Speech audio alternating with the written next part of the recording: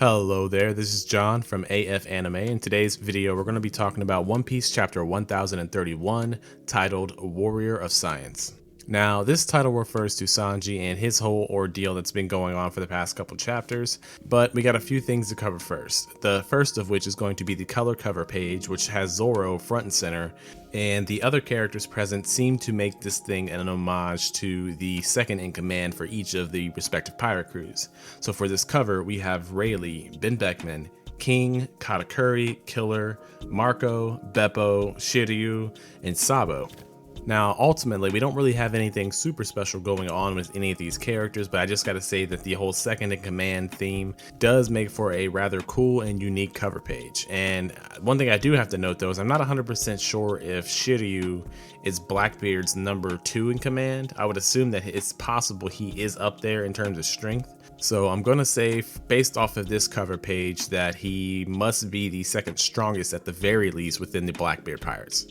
But I'll digress, I'll just say that it is a great cover page. So now moving on to the chapter, we actually start off where we left off in the last chapter with the fight going down between Law, Kid, and Big Mom.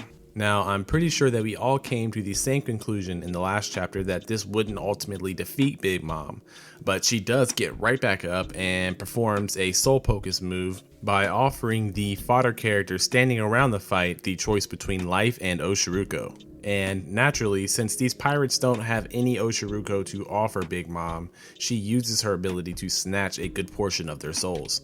And it appears that she used the life that she took from the fodder character standing around to actually put that life and soul into some of the steel beams. And I can't be 100% certain here, but it's also implied that she took part of her life and then physically consumed it with her mouth. And this seemed to have an effect on her that I'll discuss toward the end of the chapter, but it ultimately seems to put her in some kind of more powerful mode. Now, before we get to see any action, she actually goes into a little bit of dialogue to give Kid and Law their just credits, and this is because they managed to do more damage to her in this one fight than she had experienced within the past couple decades. However, before any of that situation can escalate any further, we move on to the Scratchman Apu and Drake situation. And it appears that Drake wants nothing to do with any alliance with Scratchman Apu, but rather has decided to handle Scratchman Apu on Luffy's behalf. And before that fight can escalate any further, Yamato busts in the room and interrupts them both.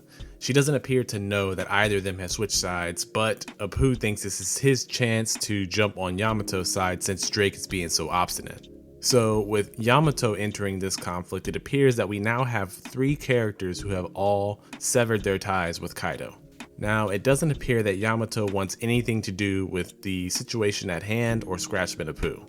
So, after ignoring Apu and overpowering X Drake, it appears that one of the numbers, Fugo in particular, tried to attack Yamato. And it appears that Fuga is trying to give chase to Yamato, and then Apu, the other numbers, and Drake should be following up shortly after.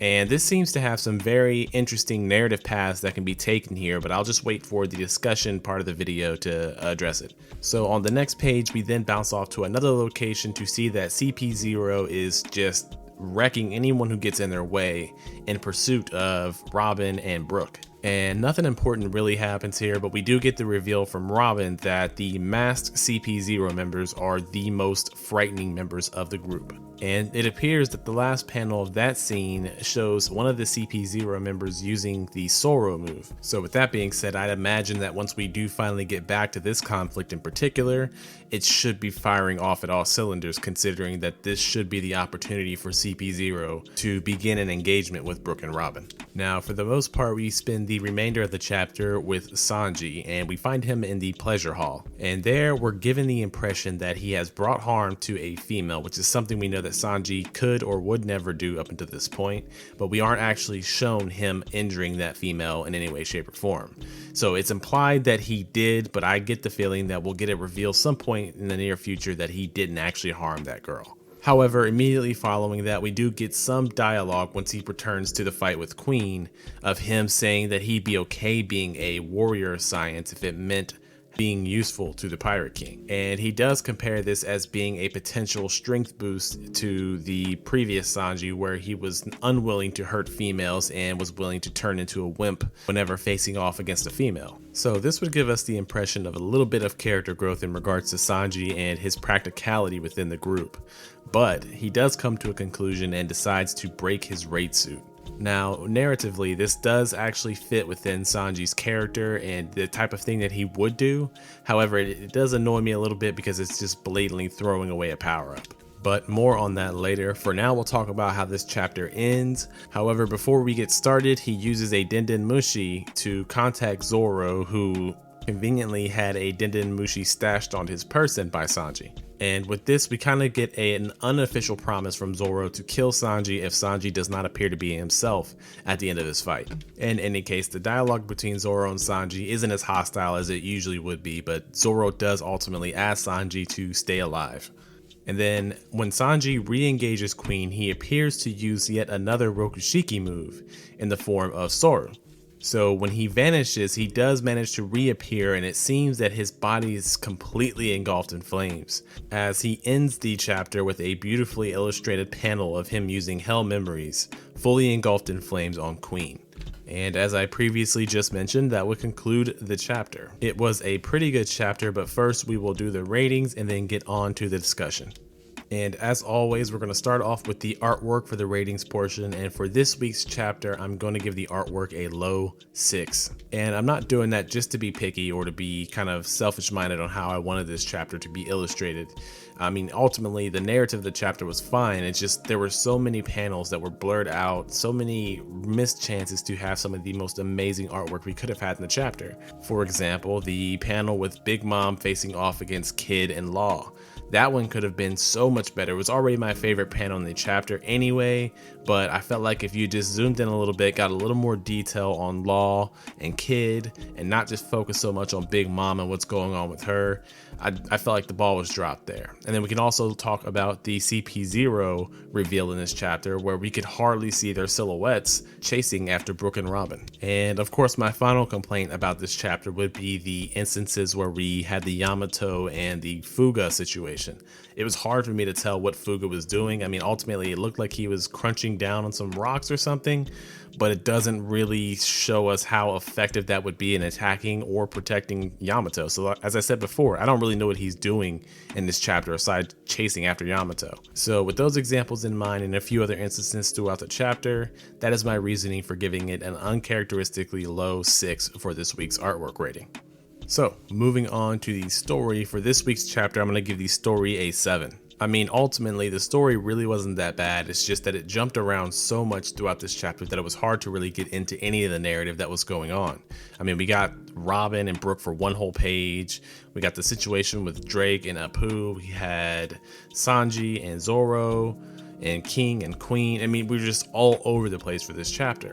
And we really didn't progress any narratives aside from a little bit with the whole Big Mom situation. And as I mentioned in a previous chapter, the whole Sanji running away thing just kind of seemed like a way to stretch out the conflict. So that way maybe the defeats of King and Queen could happen at the same occurrence. Now, I could be wrong, and maybe there'll be a flashback in an upcoming chapter where we see Sanji actually rough this chick up, which would be an interesting twist to the whole Sanji story, but I feel like that's just not going to happen.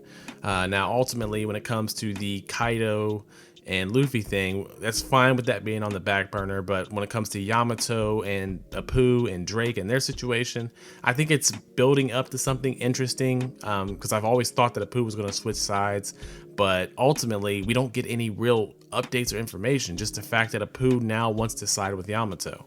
So yeah, while there were some updates and some new information and some new things to look forward to, ultimately the story just wasn't that impressive for this week. Now, finally, moving on to the hype of this chapter, I'm going to go ahead and give that an 8.